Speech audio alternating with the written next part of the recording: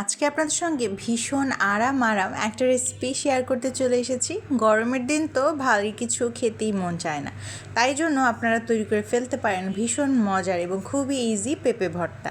পেঁপে ভর্তা কে কে পছন্দ করেন কমেন্ট করে জানিয়ে যেতে পারেন। আর যারা কখনো খাননি আজকের রেসিপিটি দেখার পর অবশ্যই একবার হলেও ট্রাই করবেন। তার জন্য প্রথমে আমি এখানে কিছু পেঁপে এভাবে চিকন করে কেটে নিয়েছিলাম এবং লম্বাটি করে কেটে ভালোভাবে ধুয়ে পানিতে সেদ্ধ করে নিব। আর এর মধ্যে একটুখানি লবণ দিয়ে দিতে হবে। এবারে খুব ভালোভাবে পেঁপেগুলোকে সেদ্ধ করে নিতে হবে যতক্ষণ না পর্যন্ত পেঁপেটা সেদ্ধ হয়। খুব বেশি পানির কিন্তু একদমই প্রয়োজন নেই। মোটামুটিভাবে কিছুক্ষণ সময় পার হলেই দেখতে পারবেন পেঁপেগুলো সেদ্ধ হয়ে এসেছে। খালি একটুখানি অপেক্ষা করতে হবে। চুলার আঁচটা থাকবে মিডিয়াম টু লো ফ্লেমে। এই যে আমার পেঁপেগুলো সেদ্ধ হয়ে এসেছে, এবারে কিন্তু এগুলোকে ভর্তা করে নেওয়ার পালা। তার জন্য পেঁয়াজ কুচি করে রেখেছি। প্রথমেই আমি এখানে একটা প্লেটের মধ্যে কিছু পেঁয়াজ কুচি নিয়ে নিলাম এবং একটুখানি লবণ নিয়ে নিলাম। এখানে হাফ চামচের মতন লবণ ইউজ করছি এবং এখানে 2টি কাঁচামরিচকে আমি ভালোভাবেই কুচি করে কেটে নিয়েছিলাম। আপনারা চাইলে এখানে শুকনো মরিচও ইউজ করতে পারেন, শুকনো মরিচেও স্বাদটা বেশ ভালো আসে। এবারে আমি পেঁয়াজ মরিচটাকে ভালোভাবে কিছুক্ষণ কচলে এর মধ্যে দিয়ে দিলাম সরিষার তেল। যে কোনো ভর্তাতেই সরিষার তেল কিন্তু একদম মেইন ইম্পর্টেন্স পায়, আর এটার জন্যই মূলত আমার কাছে মনে হয় যে ভর্তার টেস্টটা বেড়ে যায়।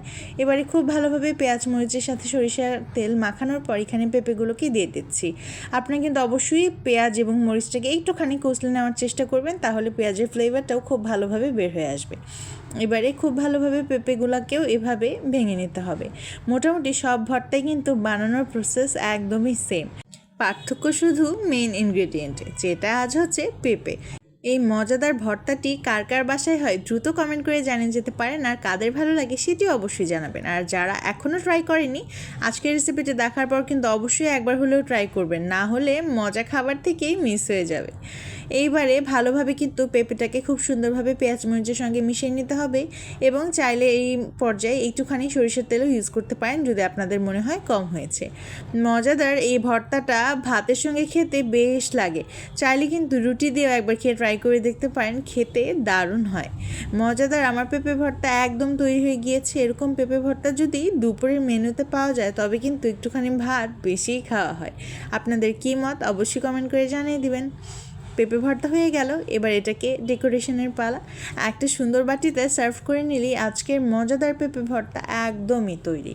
আজকের রেসিপিটি কেমন লাগলো আমাকে কমেন্ট করে জানিয়ে যেতে একদমই ভুলবেন না। রেসিপিটি ভালো লাগলে লাইক কমেন্টের পাশাপাশি একটা শেয়ারও করে যেতে পারেন। আর আপনারা অবশ্যই বাসায় একবার হলেও ট্রাই করবেন, ট্রাই করলে সেটিও আমার সঙ্গে শেয়ার করে যেতে একদমই ভুলবেন না। আর এই মজাদার রেসিপিগুলো যদি আরও পেতে চান তবে সেটিও আমাকে জানিয়ে যেতে পারেন।